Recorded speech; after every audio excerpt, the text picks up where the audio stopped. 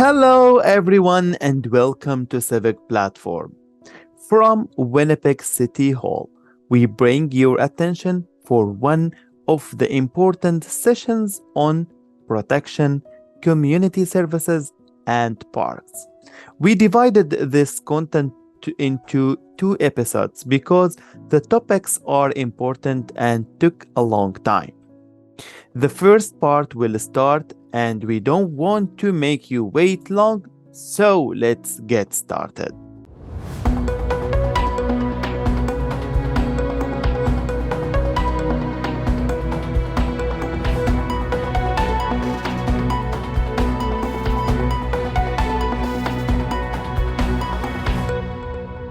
Good morning and welcome to the June 29th Standing Policy Committee on Protection, Community Services and Parks. I'm here in our council chamber with my colleagues, Councillor Sean Nason from the Transcona Ward and Councillor Ross Eady from the Minarski Ward.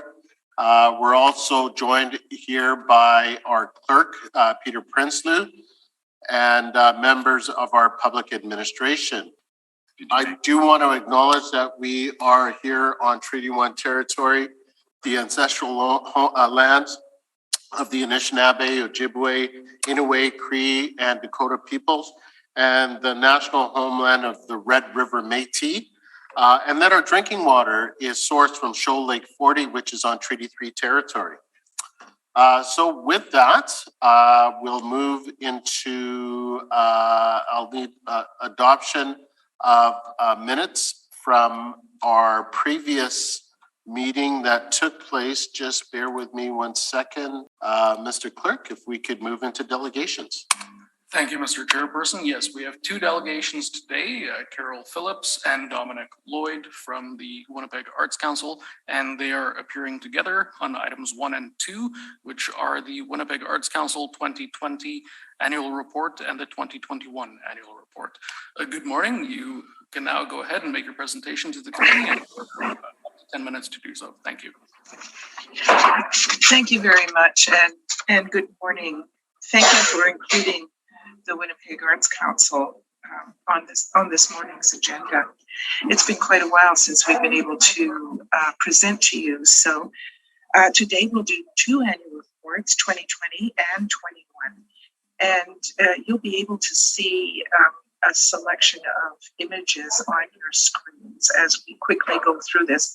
I'll just speak to a few highlights from the reports. And of course, you do have the full reports amongst your reference material. In 20 and 21, we chose cover images that symbolize some of the struggles the arts and indeed everyone were enduring through the pandemic. In 2020, a very empty concert hall with the WSO playing at distance from the audience and with plexi walls between each of the musicians. And in 21, the Royal Winnipeg Ballet Corps in their presentation of Swan Lake, which was also socially distanced.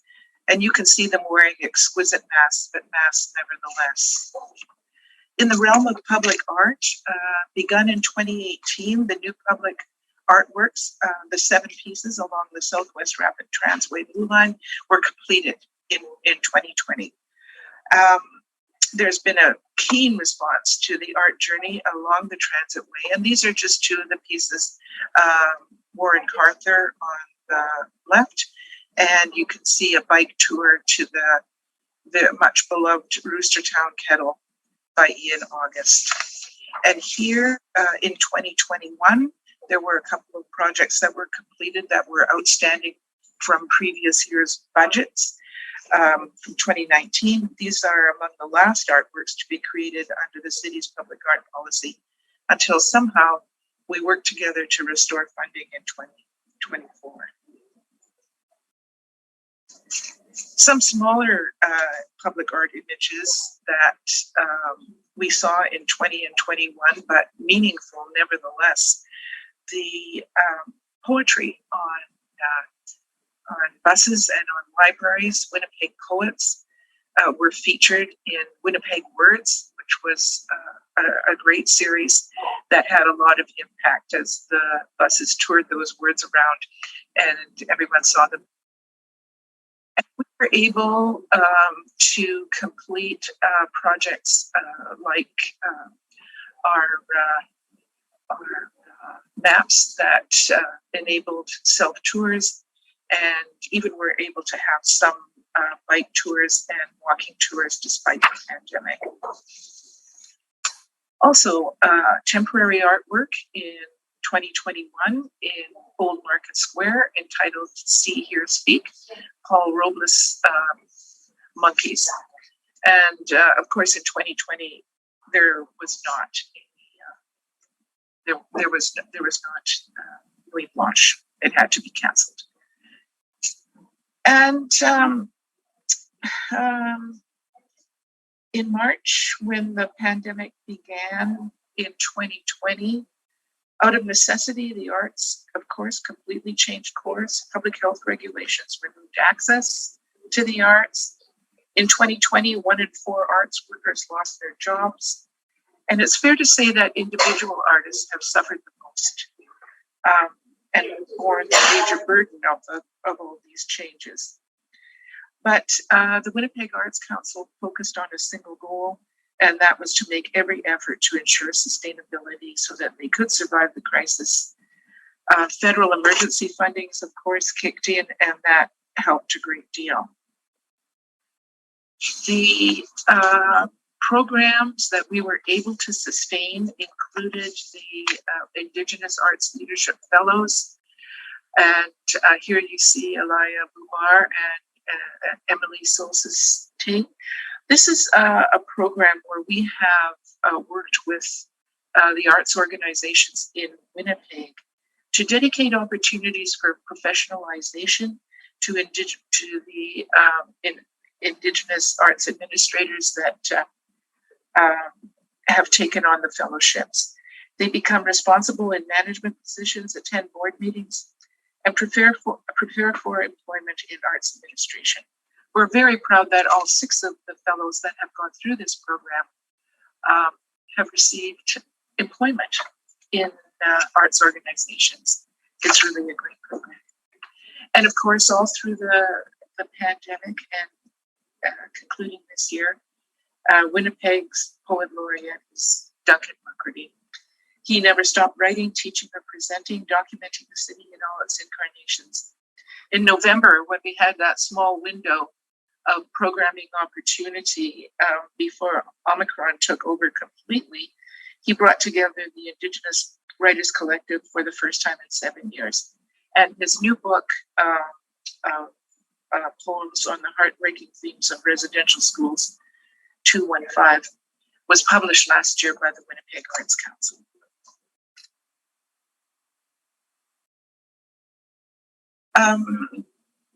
We were able to continue our book awards, the Carol Shields Winnipeg Book Award, which is, of course, for the publication of a book that could be a novel, a memoir, poetry, history, where the city of Winnipeg is central to the story. And in 2020, it was The Northwest is Our Mother by Jean Tellett, and in 2021, Blackwater by David A. Robinson.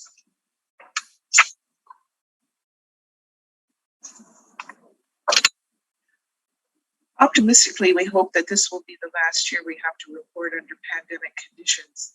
Winnipeggers have endured so much, but the arts have been there to provide escape, diversion, and reflection. The arts are always there when you need them. There were the occasional First Fridays in the Exchange, deaf actors Joanna Hawkins and Jordan Sangalang at Plug-In, a piece at Plug-In, and Teresa Richards and Ray Strahan in the Mountaintop at Royal MTC's production. Those were some of the presentations that managed to slip through in those short periods when the arts organizations were able to present. In 2020, the Winnipeg Arts Council Awards were cancelled, and we were not able to hold the Mayor's Luncheon for the Arts. We weren't able to hold the luncheon in 21 either, but we did manage the 21 winners virtually. And the 5 winners were extraordinary. Tasha Spillett Sumner, RBC on the Rise, Divya Mehra making a mark in her career, which has gone international. The film producer and mentor Lisa Meaches, making a difference, who has assisted the development of the film industry and particularly Indigenous film workers and production so much. The outstanding volunteer, Heather Cram, was instrumental in establishing the city's public art policy back in the early 2000s, and the unstoppable Dr. Douglas McEwen as arts champion. You'll recall that in his 96th year, he walked 96 miles to raise funds for performing arts in Winnipeg. And he has been a generous supporter and admirer and attendant of the arts his entire life.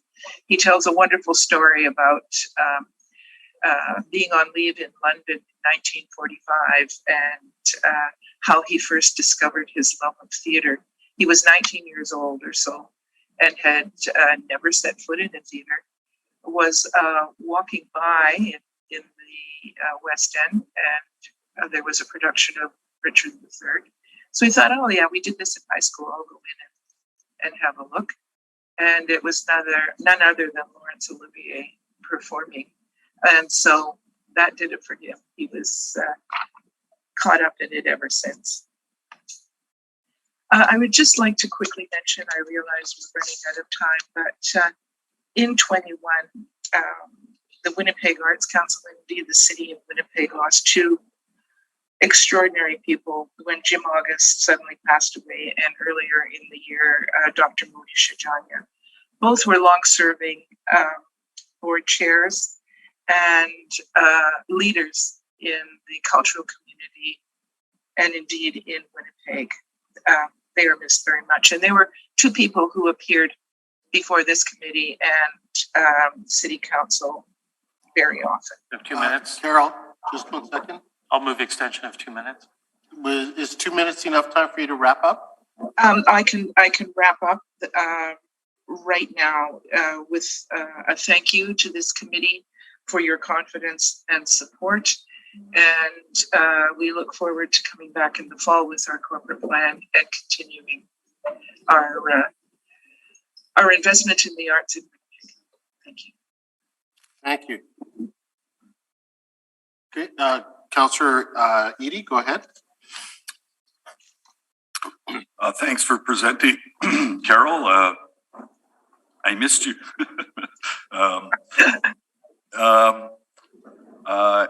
Actually, I wasn't aware that I must have missed an announcement somewhere that Jim passed away. That's yeah, very strong support of the arts and Winnipeg for sure.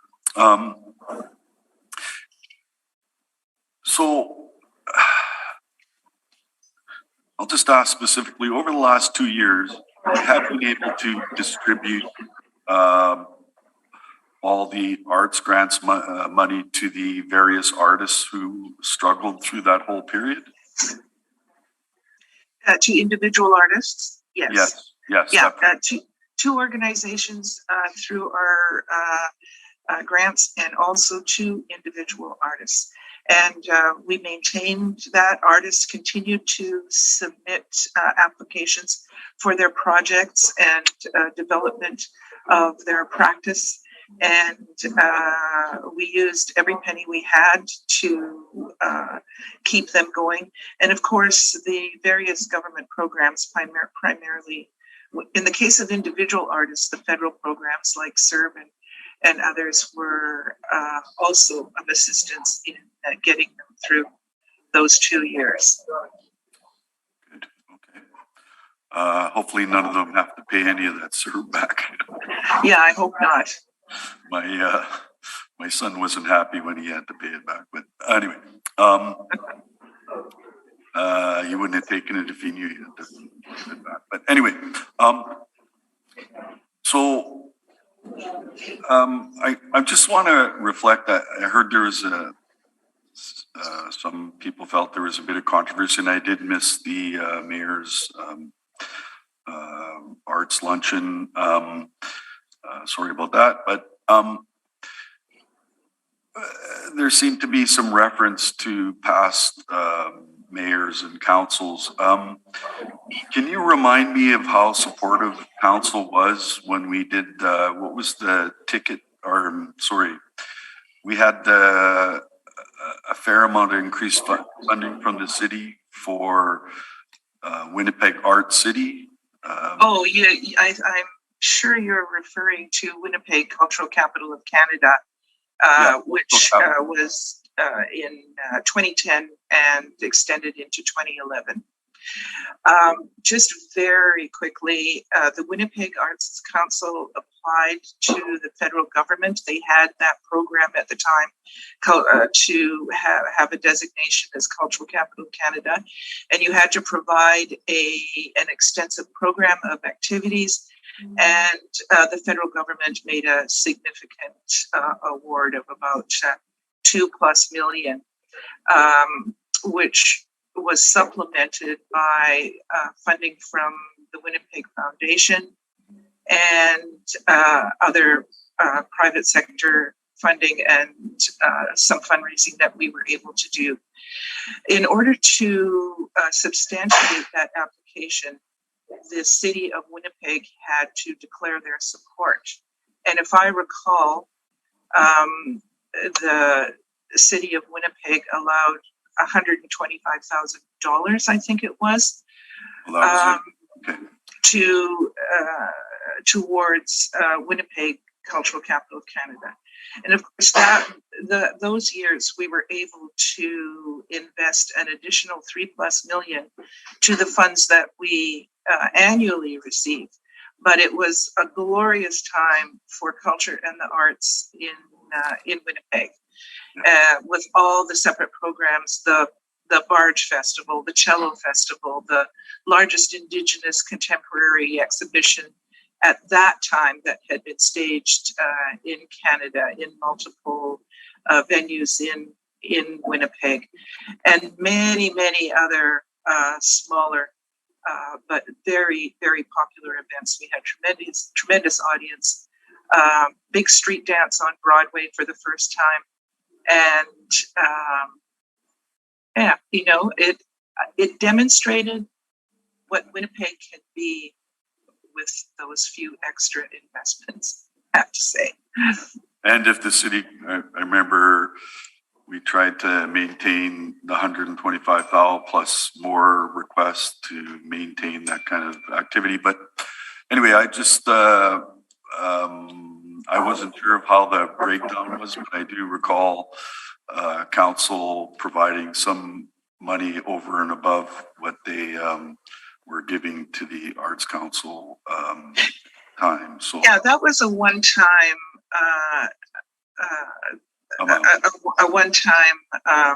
allocation.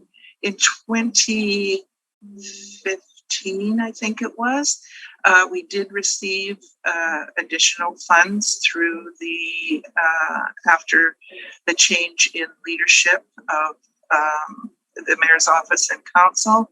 And then I do recall Harvey Smith and I convincing council to add more money to a couple of programs like around 2014, 2013. Yeah, that's it. It came through in 2014, 2015, around that time. However, at the beginning of the current 4-year budget cycle, the Winnipeg Arts Council operations and grants were cut by 10%, and public art has been reduced from an annual amount of $500,000 to $125,000. So you can imagine that our goal for 2024 is to work as closely with councillors as we can and the mayor's office in order to reinstate those funds. Well, you still have my vote. I just want you to know, because I've always voted to try to increase Winnipeg Arts Council dollars, and definitely voted against cuts. Thank you. Anyway, that's all I have, Mr. Chair. Any other questions? Carol, thank you for your presentation this morning.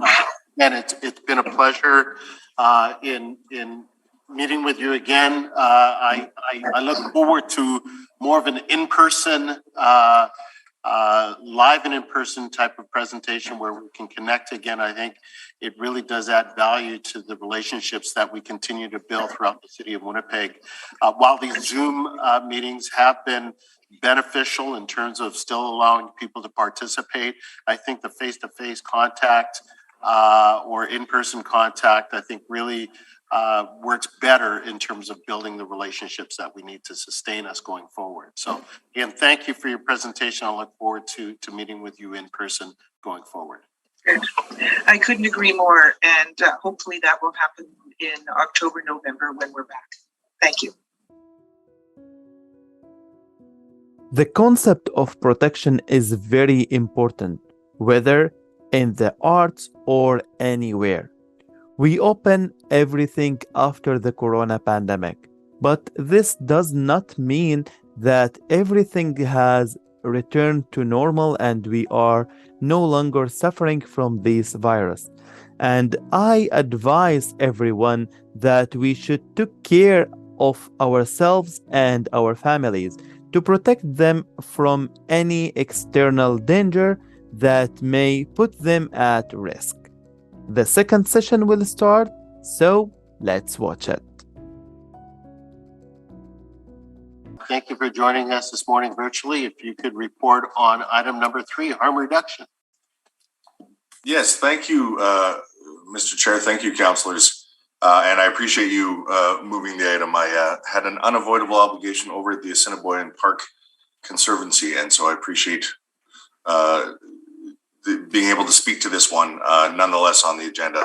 As I did write the report, and I say report, almost in air quotes, because it's really a rather basic report. Realistically, what we did is reached out to the province as directed, and did attempt some further engagement, did attempt to arrange some meetings.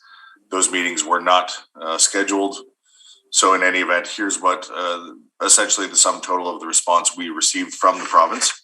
You can see one of the attachments is our response from Kim Kaufman, writing to me on behalf of Deputy Minister Hurd, giving a bit of a summary of their direction. And then the primary point of writing to us was to reference their pathway to mental health and community wellness, a roadmap for Manitoba. So hope you've had an opportunity to go through it.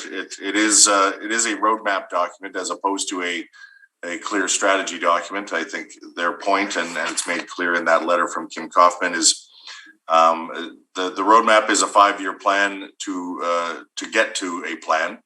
And so I think that's why they're referring to it as a roadmap document.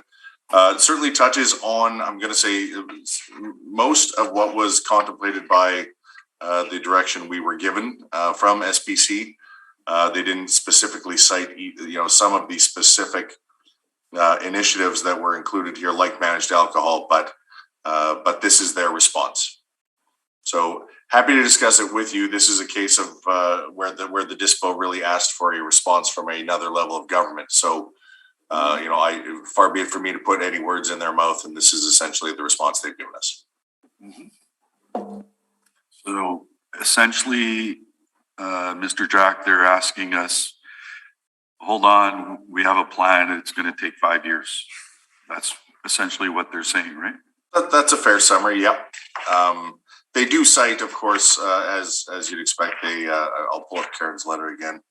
They, in the second last paragraph of Kim Kaufman's letter, rather, they do talk about other initiatives they have already announced. They cite over 40 of them that they have announced since 2019. So they certainly are also saying that they have been doing a fair bit, but that the overall plan is yet to come. Yeah. Okay. Thank you, Mr. Jack. In terms of reviewing of this, I mean, we've been quite vocal, as some of us as councillors have been quite vocal in terms of a more proactive approach in terms of managed alcohol programs and harm reduction sites, managed consumption sites and things like that. And the province seems to be more focused on the treatment aspect of it. Where is that missing piece in terms of, again, there have been in review of information that I received as part of another standing policy committee with regards to harm reduction sites and managed alcohol programs. It does seem to be the trend across Canada. There's a map that pinpoints all of the locations across Canada where these exist. So again, what is perceived as the missing link? If we're looking at a document that's a roadmap or a guideline to something that we don't start treating till 5 years down the road, so to speak. Right, and I guess part of their response would be, listen, we've already got a menu of options that exist today for treatment and addiction services, but that their overall strategy is yet to come. So in terms of your question, the missing link, talking very recently with some working in I'll say in this area, but I mean, really, realistically, this is there are many overlapping areas that we're talking about, even in the dispo from SPC. The one thing that I do keep hearing is that one real key is immediacy of options. So in other words, to encounter someone who may be living in an encampment or living somewhere, to be able to put them on a list and then 2 weeks from now they might get connected to a resource is close to useless in terms of what that intervening 2 weeks could mean in that person's life. That the ability to actually take someone who says they're ready for something and be able to take them that moment and connect them with the support would be kind of the gold standard of how one would do this. And again, I'm talking with frontline people who have actually, seen that. And that makes sense to me too. If when people, especially people who may be living with any number of either mental health issues, or they're living with trauma, they're living with substance use disorder, or any other number of things that bring people, either into experiencing homelessness or what have you. The moment where they're ready is, we kind of collectively need to be ready to act at that moment, not putting them on a waiting list, not suggesting they go somewhere else halfway across the city to perhaps access the support. So in terms of what that looks like in the missing link, I mean, I think some may argue, but I think we've got pretty decent coverage in the city of outreach agencies and resources. There aren't giant voids where nobody goes or nobody's prepared to go. I recognize when we see people living in encampments, or we see people that we think are spending long periods of time in transit shelters, it can look like there's no outreach resource available, when in fact, if you dug deeper, you might realize that outreach resources have been there 12 times, that day. So outreach, it seems that we've got covered, but then the availability of meeting people where they are, meeting people where they live, and then finding that connection. I say it as though it's a simple nut to crack, and of course it isn't. But that's what I'm hearing as a predominant theme from people who are working frontline. And thank you for that.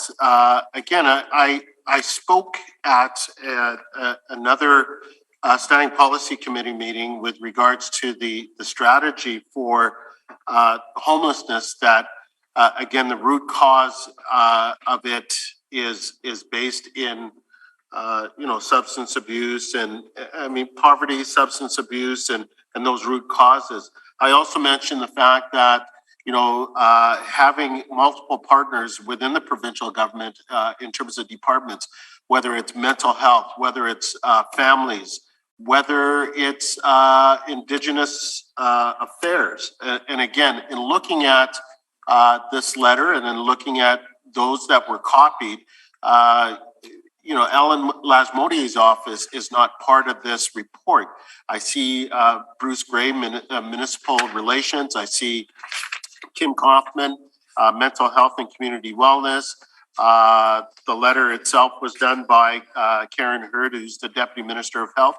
But there also has to be involvement from Ellen Lasmodier's office, as unfortunately the data that we receive does demonstrate that there is an overrepresentation from our Indigenous populations. And again, conspicuous by that absence in terms of collaboration and working with the community in terms of these issues. Fair point? Yeah, no, I think so. I mean, you'll often hear people approach the city and not sure what department to go or where to go. Certainly the province ends up being the same, in terms of they're just as capable of silos from time to time. I would say, and to try and add certainly some positivity here, I am finding, and I'll say especially in the last year or so, we are finding increased dialogue. And that does cut across government departments, not just with some of them. Some of those departments are our go-tos. My counterpart in municipal relations is usually a go-to, usually my starting point, even if I know the answer lies beyond municipal relations. And they, I think they do pretty well in at least then figuring out where we need to go next with some of the dialogue. I've now started regular meetings with the DM and families, and partnering. She's moved now to another department. And with federal counterparts at the same time, we're having more dialogue. We've also got very clear dialogue and formal involvement with the transformational lead for homelessness at the province, who is also intended to be their quarterback. So that, like you said, Councillor, if the right answers lie in several different departments, she is the one who's expected to figure that out, not have the city or someone else having to figure out how to navigate that. So I think we're having some fairly good discussions. If we took this letter solely on its face and with nothing further, it might look like they've handed us a roadmap document and said, thanks, we'll talk to you in 5 years. But I can I'm encouraged to see the current level of discussion we are having anyway. Well, and again, I'm just looking at a document that I have up on my computer here, the Kikina strategy. And I mean, that is rooted in Indigenous teachings, and again, just conspicuous by their absence in terms of that provincial department, and again, could provide that collaborative support. There's strength in numbers in developing strategies and implementing strategies that also speak to the data that we're seeing and the overrepresentation from Indigenous communities, that again, we should be supporting their lead in developing and implementing some of these strategies. I do agree, Councillor. One thing, when we look at our own SBC dispo, and the items that we were told to go try to engage with the province on, if you look closely, they don't actually speak to those experiencing homelessness. But I think it's fair to say that this was crafted with certainly with those experiencing homelessness in mind. And another thing I should add, although I don't have. We've even tried to get slightly more specific details. The province is crafting an overarching provincial strategy on homelessness, which is, and I think last time we had a discussion, I probably assumed they were kind of being subsumed one into the other. But in fact, it is a separate homelessness strategy that we are directly engaging with them on as well. That of course, when you look at our dispo, it has to touch on all of that. It has to address that. It has to incorporate, some thinking about all of it. Okay. Thank you very much. Thank you. Yeah. Any questions, Councillor Nason? Councillor Eady. Councillor Eady first, Councillor Nason second. I just want to reflect on, we keep talking about root causes. I've heard speeches, and I know in my own personal life, you probably heard my speech, Mr. CAO, at the last council meeting. When it comes right down to it, the root cause is various kinds of trauma. That is the root cause of where people end up. Maybe not so much on mental illness. Some have hereditary issues and stuff, but when it comes right down to it, whether you're Indigenous, white, whatever you are, it's trauma that is the root cause, and how you help people deal with that trauma is actually how you get out of it. I was lucky enough through my trauma that there was supports there that were able to help guide me out of the abyss. So I just want you to keep that in mind, Mr. Jack, when you have continued conversations, because as the CAO, you do have continued conversations with the province, various departments, and appreciate that. But I just want to leave that on the record that the root cause is trauma. Okay? Yeah, thank you, Councillor. Yeah, a point very well noted. Thank you, Councillor Nason. Just on the strategy, like, I know Indigenous led because of the overrepresentation, but you know, the last few weeks have been extremely stressful in dealing with the other matter that was before council last month, or the last council. So is it accurate to say that, you know, with regards to what we're seeing on the street, is it 60% or is it much higher than that as far as overrepresentation?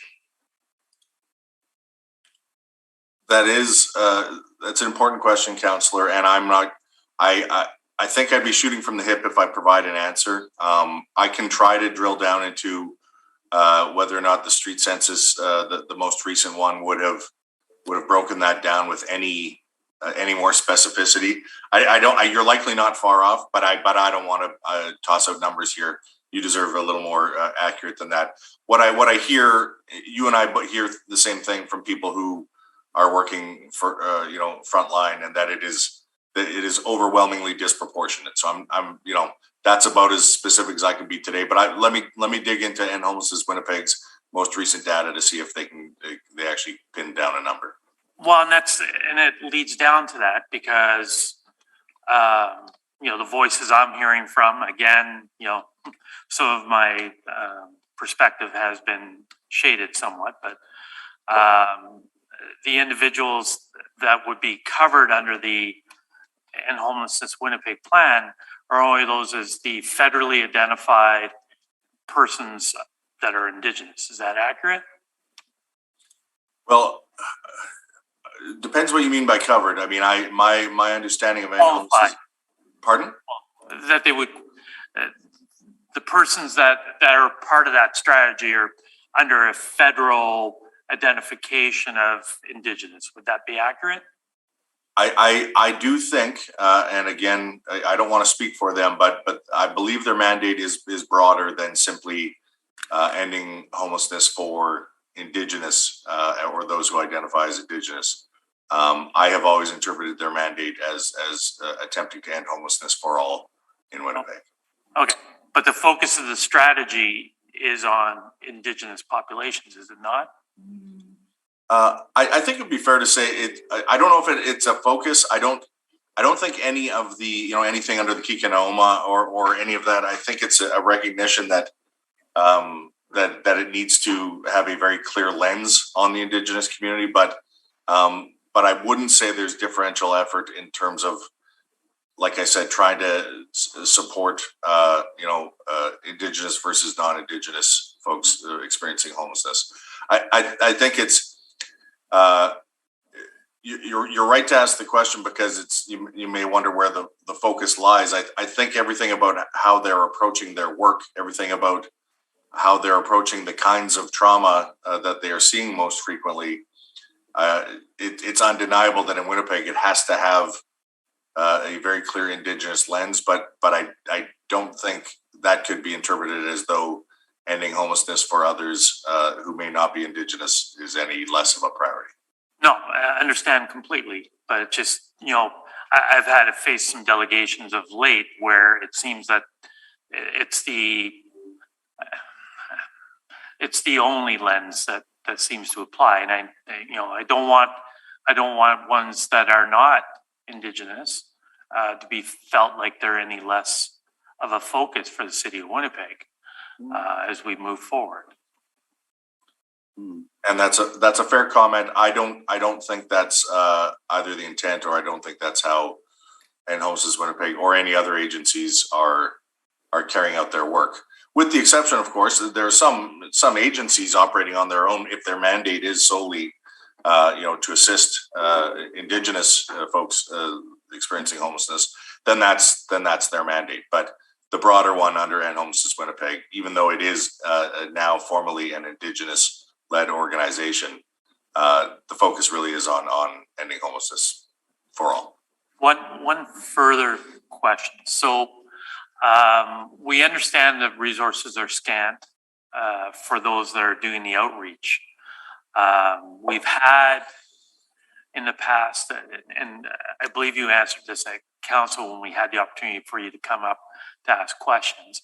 So when we have situations where we have our outreach, our City of Winnipeg 311 dispatched designated outreach teams, how do we ensure that they have focus on the areas that they're tasked to deal with, so that we don't have overlap, so that the same team is not going to have somebody else also arrive at the same area? So like, downtown's an interesting dynamic because we've got the Downtown Community Safety Partnership, we've got Ray, we've got Main Street Project, we got Salvation Army, we got. So we've got several entities going to the same individuals, perhaps potentially. How do we try to streamline that to make sure that it's a united front, that it's not overlap? I may have repeated myself a couple times, but No. Yeah, you're raising a good point. I mean, first, I'd probably be more concerned if we had areas of where there were vacuums or voids, right? In other words, if there are occasional overlaps, I think that's less concerning. It tells me if one agency goes one day and the person's still there, then if the other agency goes the next day, well, perhaps that person still needed support. It just turns out that they're now getting it from, agency number 2 instead of agency number 1.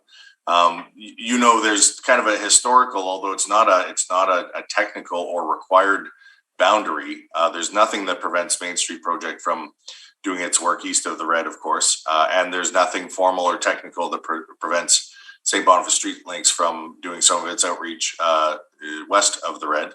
And in fact, both have many examples where they have ventured into those areas. We have, bear in mind, outreach providers are doing their work constantly, in some cases 24/7, whether or not it comes through 311 or not. We're all in the bubble here at City Hall, and we think everything originates through 311, when in fact, of course, that's not the case. These agencies develop relationships with people in encampments, so that they're often attending, again, whether or not they show up on a 311 call log or not. I agree with you, though, Councillor, about another thing I hear from the agencies is that making progress, healthy progress for the people, whether they're living in an encampment or a transit shelter, or somewhere even less safe and healthy. It is about building that relationship, and so often agencies will visit daily for months sometimes before they get a person who's feeling ready to come with them to go find the next step. So consistency probably is key, but those agencies tend to build those relationships, and they've never really asked the city to kind of get in and be the referee of who gets to go where. Mr. Jack, I believe I had asked, and I'll have to go back and look at the record of council, but I believe I had asked a very clear question with regards to designated provider of services on the east side of the Red River. And I'm not going to put words in your mouth because I'll go back and review the record, but it sounded like at that time you provided an answer, a clear answer, that St. Boniface Street Links was a designated provider of services on the east of the Red. And it may have been a clarification with regards to when 311 gets contacted, who is dispatched. Right. Yeah, that is my understanding. I recall at the time you shook your head, so you may have more current info than I, Councillor. And that may have changed in the last few months. My understanding of the 311 process map would be that if it were east of the Red, let's say Transcona, or let's say St. Boniface, to be quite clear, then 311 would then send notice of that call to St. Boniface Street Links. That's where the call would go. That doesn't, but again, I don't know if you're asking that in the lens of, so therefore is Main Street Project allowed to show up there and connect with that person or not? Again, we don't view it sort of as these strict boundaries, thou shalt not pass. But those are the agencies to whom we would direct the first call for sure. But again, when it comes to overlap of services, we've got very scant supports. So if St. Boniface is doing it and Main Street is doing it, does that create a gap for Main Street services for their very broad area? I think that's probably an important question, and it's worth us putting to the agencies, and I'd be happy to have that discussion too, on my own and bring you back the results of that. Again, it almost feels like if there's too much support and too much attention, then at some point, if that encampment becomes vacant, then they're no longer visiting there. So I would be less concerned about this, potential overlap, and more concerned about just entire gaps or voids where neither agency or none of the agencies in town are visiting, yet there's people there who have need. But you're right, we shouldn't, across the agency sector, it's not like they're flush with resources. So they also likely don't want to be duplicating what someone else is doing. Wow. Especially as we've heard, and this isn't official either, but you and I both know, different agencies have different approaches. It's how it goes. It's how it's evolved. And the two agencies we're talking about, while I think there's a lot of commonality in what they do in wanting to support people, we've heard they have slightly different approaches. And so, that can probably cause some tension here and there if they're all going at the same way. We certainly heard from the sector as a whole. Having you go back, Mr. Jack, and trying to be the unity voice to make sure that we're clear as far as the city's expectations, I think is paramount in light of the recent conversations we've had. So I appreciate that. Thank you. Can I bring something into this conversation? Absolutely, I'm done now. Thank you. So we have funding contracts with that identify this is east side, this is west side. I believe 311 follows it, but I would put forth a couple of things in regards to when people are encountering encampments outside. And it goes back to a CJOB interview I did that they did with somebody, a representative from the North Point Douglas neighborhood, who had said that, they didn't call 311, they called directly through and contacted Street Links. And whenever those committee, Point Douglas Residents Committee or whoever meets it, what they were saying was, we're going to call Street Links. And there is a direct number to get a hold of Street Links. It's not, you don't have to go through 311. Street Links was out there before we started funding them. Same with Main Street Project. For this particular service that Main Street Project is trying to provide to people who are homeless. And it would be vice versa as well. When people encounter and they're on the east side, they'll probably call the Main Street Project. These are agencies whose mission, their missions are not necessarily limited to east side, west side. It's in a contract that we give funding for. But so I just want to point that out because, and then everybody's upset with me because I said, well, I dared to say that Street Links is getting better results, but people don't understand what kind of results Street Links is getting. The results are what the residents want, which is somehow encampments disappear quicker when Street Links is involved versus when Main Street Project. So, but their result is they don't have any more garbage. There's nobody threatening neighbor residents and littering and on it goes. Okay, so I just point that out, and just for our CAO as well, and I'll for everybody. I started looking at this because many of these agencies that are out there, they also receive support from the United Way. Anyway, they are doing the 211 calls, and I found it to be excellent when trying to help somebody in my ward with issues that the city doesn't actually do itself in terms of providing service. So a 211 call is always a good effort as well, because the United Way runs it, but and they have a similar mission to end homelessness as well, right? So anyway, sorry, I talked just on that too much, but I'm putting that out there, Mr. CAO. Yeah, no, and Councillor, your comments, especially on there's certainly perceptions about which agencies are getting, what sort of outcomes. And sometimes those perceptions are based on direct, accurate observation. Other times they can be a little impressionistic, right? And so it's harder for us than you might think to be able to do an apples to apples comparison of how various agencies are doing. I do think the system that Chris Brenz, who's the manager of community development, reporting to Cindy Fernandez in community services, Chris has been overseeing and developing the RFP document and all the tracking documents that we expect them to, all the data we expect any agency to be collecting, to be reporting back to us. And so again, we will at the end of the year, not sure the exact report back date, but we will be coming back to you with a report showing how each of these providers did. Now, admittedly, it will be based upon the information they are providing to us. But we do what we need to do to ensure that it's credible.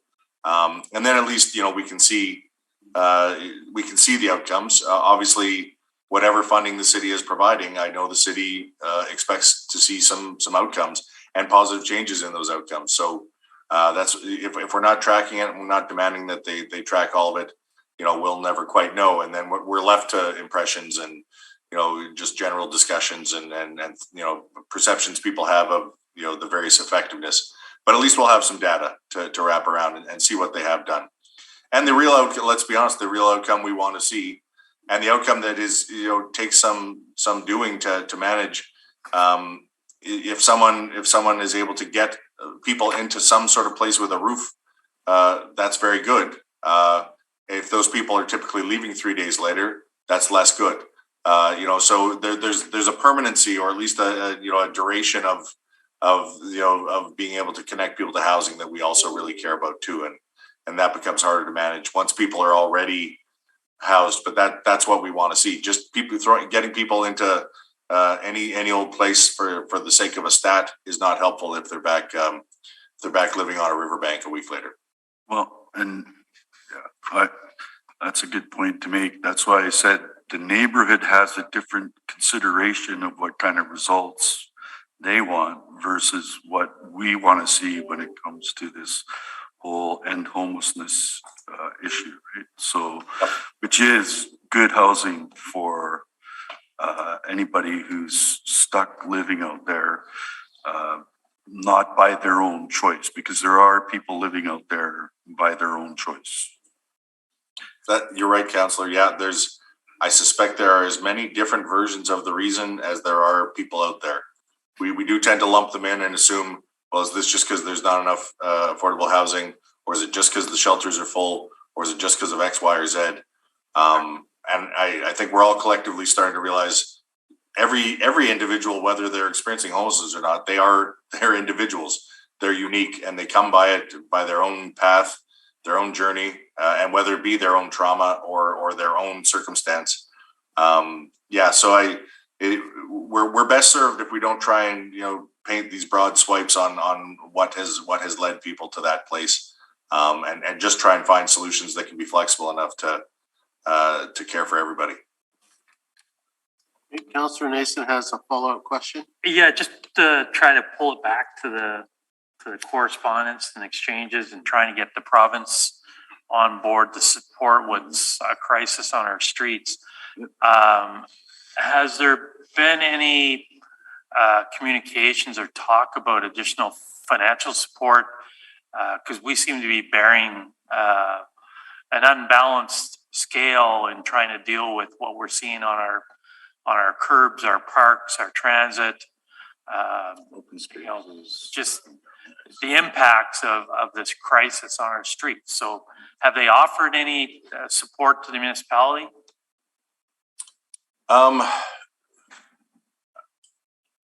Likely complicated to try and find the answer. I was immediately trying to imagine how they might answer it, and they would likely show various pockets of funding here and there, various line items.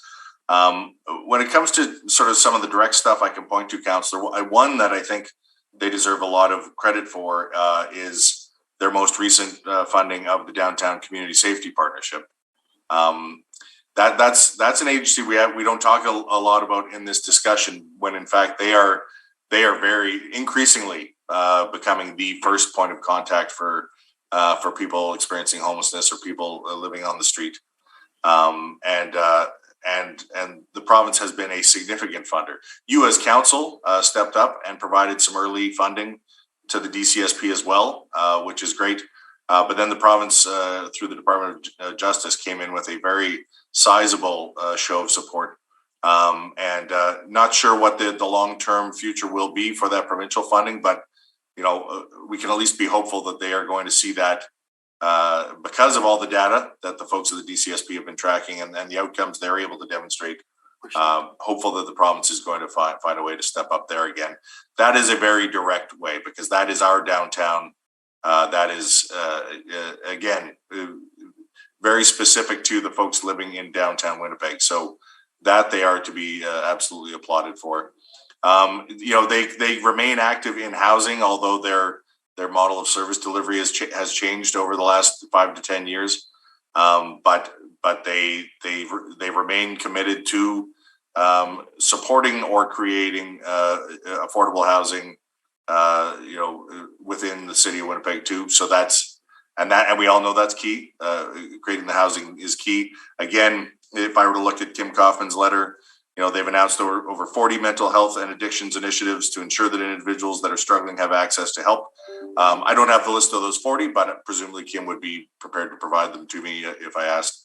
And maybe that would be that might be a worthwhile exercise as well, Councillor. Maybe I simply ask them if they could compile the list so that we can give them a pat on the back for the specific initiatives that they're carrying out here. But beyond that, I'll leave that there, because again, there are more complicated answers once we talk about the funding of a paramedic service, et cetera, and things that touch upon all of this, but aren't directly geared towards funding outreach or funding an agency. They also, through different departments, they of course participate in the funding.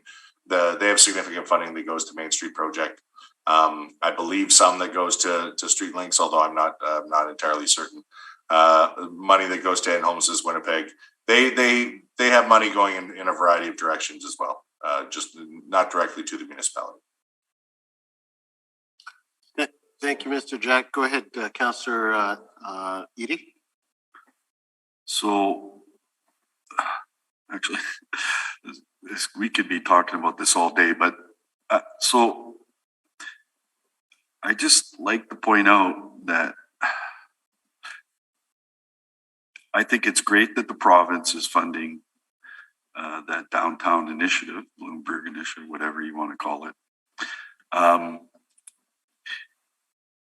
which is not totally different than other attempts that the police service and others have worked with in terms of models of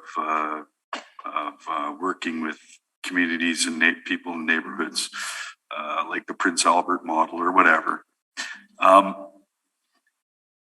But I will point out that I don't see how it is rapidly becoming the biggest thing, because I have to say, I represent the inner city for a good part of it, which isn't downtown, right? And I see a difference between what happens south of the tracks versus north of the tracks. And I just want to leave that out there. Now, I know the province provides money to various agencies north of the tracks. So does the federal government, as a matter of fact. And they're giving direct money to various facilities. But, you know, we're talking about a citywide problem here, not just a downtown thing, right? That's the point I just want to make. I'm not necessarily going to give kudos to the province necessarily when, well, there's a study coming out that'll look at sort of, you might hear about in the coming months, but I just want to put that out there. And yeah, they fund the paramedics, although we continually argue with them about how much funding that is for the paramedics. Did we ever resolve that contract issue? Still not there. I don't want to get into it, but like, I know they're paying full out for Epic and those important things, but they also are supposed to be, it's all supposed to be cost recovery for paramedic service in the city.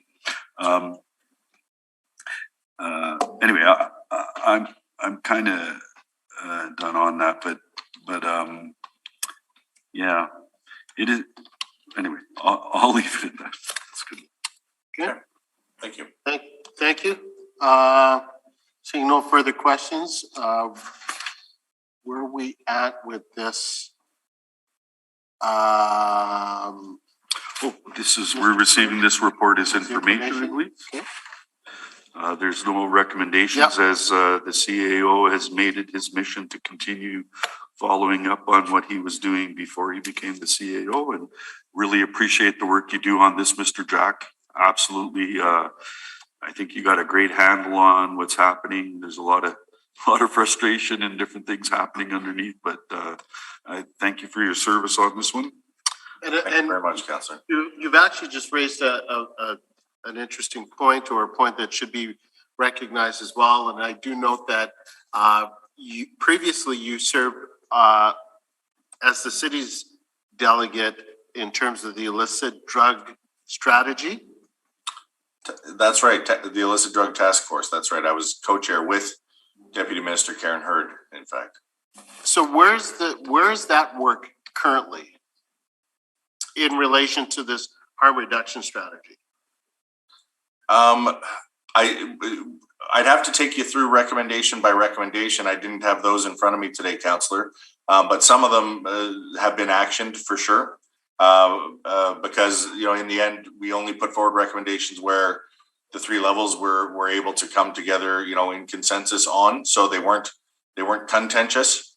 You know, for instance, in the end, the recommendations didn't say anything about a safe consumption site, because at the time that was a point of contention between the province and the city. It still possibly remains so.